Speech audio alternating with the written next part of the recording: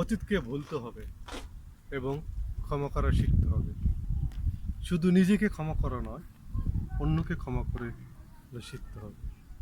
আমরা মূলত বলি যে আমরা যারা শুনেছি যে ক্ষমা করা শিখতে হবে তারা আমরা ক্ষমা করে দিই অনায়াসে, যে আমি তাকে ক্ষমা করে দিলাম।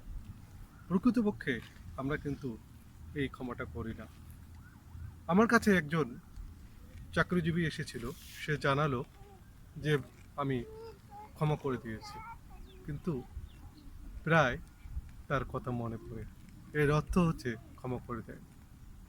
একজন গৃহিণী আমাকে মেসেজ করেছিল তার শাশুড়িকে ক্ষমা করে দিয়েছে, কিন্তু প্রকৃতপক্ষে ওই শাশুড়ির কথায় বারবার তার ভেসে ওঠে।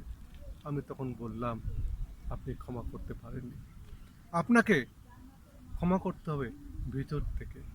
আপনি ভালো থাকবেন এবং অন্যকেও ভালো থাকবেন।